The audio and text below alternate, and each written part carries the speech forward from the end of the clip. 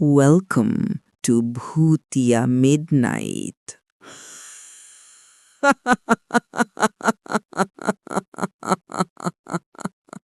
भारतीय पुरातत्व सर्वेक्षण की एक चेतावनी।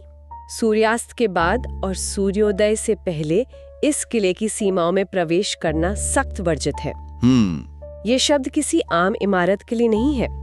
ये उस जगह के लिए है जो राजस्थान की अरावली पहाड़ियों के बीच चुपचाप खड़ी है। भानगढ़ का किला। हाँ, भानगढ़ 17वीं सदी का एक शहर जो आज बस एक खंडहर है, और कहते हैं कि इन खंडहरों में अब इंसानों का नहीं बल्कि आत्माओं का वास है। इसे यूं ही भारत की सबसे डरावनी जगह नहीं कहते। बिल्कुल, और आज हम इसी जगह के सच और अफसानों की गहराई से पड़ताल करने वाले हैं। हमारे पास कई तरह के सूत्र हैं, पुरानी न्यूज़ आर्टिकल्स हैं, कुछ ट्रैवल ब्लॉग्स हैं और एक एकेडमिक रिसर्च पेपर भी है डार्क टूरिज्म पर, जो बड़ा दिलचस्प है। सही। तो हमारा मकसद सिर्फ कहानियां सुनाना नहीं है, बल्कि ये समझना है कि इतिहास, लोक कथाएं और हमारा डर, ये सब मिलकर कैसे एक किंवदंती को जन्म देते हैं। और ये जानने की कोशिश करेंगे कि भानगढ़ की असली कहानी आखिर है क्या। ठीक है, तो चलिए शुरू करते हैं। सबसे पहले उस जगह की एक तस्वीर बनाते हैं। ये किला अलवर जिले में है, सरिस्का टाइगर रिजर्व के बिल्कुल पास। सोचिए, एक जमाने में वहाँ 9000 से ज्यादा घर हुआ करते थे।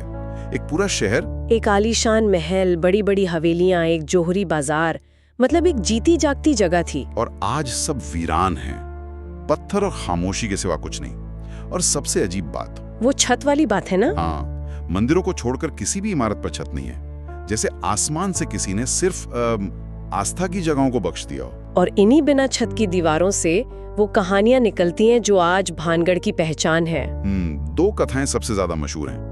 पहली तो है राजकुमारी रत्नावती और तांत्रिक सिंघिया की। हाँ, ये कहानी तो शायद सबने सुनी होगी कि राजकुमारी रत्नावती बहुत ही खूबसूरत थी, और सिंघिया नाटा एक तांत्रिक जो काले जादू में माहिर था, वो उन पर मोहित हो गया, तो उसने काले जादू का सहारा लिया।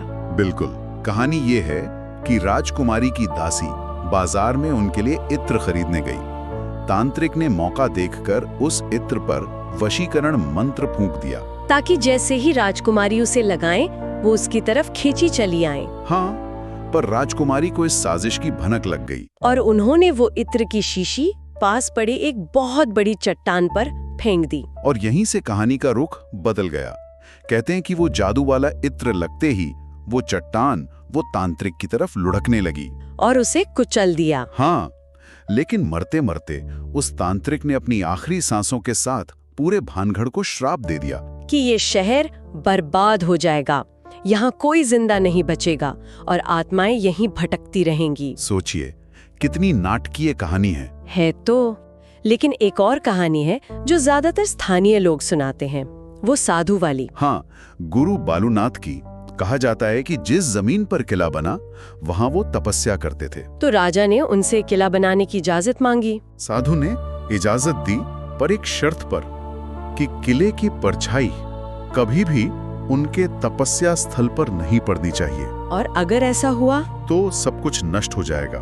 राजा ने तो वादा निभाया, लेकिन कहते हैं कि उनके एक वंशज ने, अजब सिंह ने, इस चेतावनी को नजरअंदाज कर दिया। उन्होंने किले की दीवारों को और ऊंचा करवा दिया, और नतीजा ये हुआ कि परछाई सीधी साधु के घर पर जा पड़ी। और श्राप सच हो गया। साधु के क्रोध से पूरा शहर उजड़ गया। और उन्होंने ये भी कहा कि इस किले की कोई भी छत कभी सलामत नहीं रहेगी। यही वजह है कि लोग मानते हैं कि आज भी अगर कोई छत बनाने की कोशिश करता है तो वो रहस्यमयी तरीके से ढह जाती है। ये कहानियां ही तो हैं जो इस जगह को इतना रहस्यमयी बनाती हैं। लेकिन बात सिर्फ कहानियों तक नहीं है, लोगों के पर्सनल अनुभव भी हैं। हाँ, ये बहुत जरूरी है। जैसे पास के गांव की एक महिला पुष्पा देवी, उनका बयान है कि रात में किले से अजीब आवाजें आती हैं। कैसी आवाजें? संगीत बजने की, घुंघरुओं की, औरतों के हंसने की, जैसे आज भी वहाँ कोई महफिल सजी हो। सिर्फ आवाजें ही नहीं, कुछ लोगों ने चीजें महसूस भी की हैं। एक फोटोग्राफर है विक्रम मेहता। हाँ, उनका अनुभव तो बहुत अजीब है। वो बताते हैं कि किले की नाचन की हवेली के पास उनका फुली चार्ज्ड कैमरा अचानक बंद हो गया। हाँ। और बाद में देखा तो बैटरी पूरी तरह ड्रेन थी, जैसे किसी ने सारी एनर्जी खींच ली हो। एक ट्रैवल ब्लॉगर मीनाक्षी जे ने लिखा कि उन्हें सोमेश्वर मंदिर के पास पायल की झंकार सुनाई दी। और उनके परिवार में किसी और को नहीं सुनाई दी? किसी को नहीं, सिर्फ उन्हें। कई लोग ये भी कहते हैं कि किले के अंदर एक अजीब सी बेचैनी होती है। ऐसा लगता है जैसे कोई देख रहा है, कोई पीछे चल रहा है। इन सबसे भी ज्यादा एक डरावनी घटना है जिसका जिक्र हर जगह मिलता है, वो 3 लड़कों वाली। हाँ, कि कुछ साल पहले 3 नौजवान लड़के रात में किले में रुकने की जिद कर बैठे और रात में उनमें से एक गहरे कुएं में गिर गया। कि बाकी दोस्त उसे निकालकर अस्पताल ले जा रहे थे तो रास्ते में उनकी गाड़ी का एक्सीडेंट हो गया और तीनों की मौत हो गई। ये सारी बातें सुनकर तो सच में रोंगटे खड़े हो जाते हैं। पर एक सवाल है, क्या हर अनहोनी के पीछे कोई आत्मा या श्राप ही होता है, या इसकी कोई और वजह भी हो सकती है? और यहीं पर हमें सिक्के का दूसरा पहलू देखना होगा। यहीं पर लॉजिक और साइंस की एंट्री होती है। अच्छा, देखो, सबसे पहले तो वो सरकारी चेतावनी। एएसआई यानी भारतीय पुरातत्व सर्वेक्षण साफ कहता है कि ये नियम उनके हर स्मारक पर लागू होता है। ये तो सुरक्षा के लिए है। हाँ, सुरक्षा और रखरखाव के लिए। इसका भूत प्रेत से कोई लेना देना नहीं है। लेकिन भानगढ़ के लिए ही ये नियम इतना मशहूर क्यों है? इसकी एक बहुत प्रैक्टिकल वजह है। किला सरिस्का टाइगर रिजर्व से सटा हुआ है। रात में वहां जंगली जानवरों का खतरा बहुत ज्यादा होता है, तेंदुए, बाघ। अच्छा, तो ये पाबंदी लोगों को आत्माओं से ज्यादा जानवरों से बचाने के लिए है। काफी हद तक तो यही लगता है। ठीक है, जानवरों वाली बात समझ आती है, पर उन आवाजों का क्या? चूड़ियों की खनक, संगीत, वो तो कोई जानवर नहीं निकाल सकता। सही सवाल है, और इसका भी एक संभावित वैज्ञानिक स्पष्टीकरण है।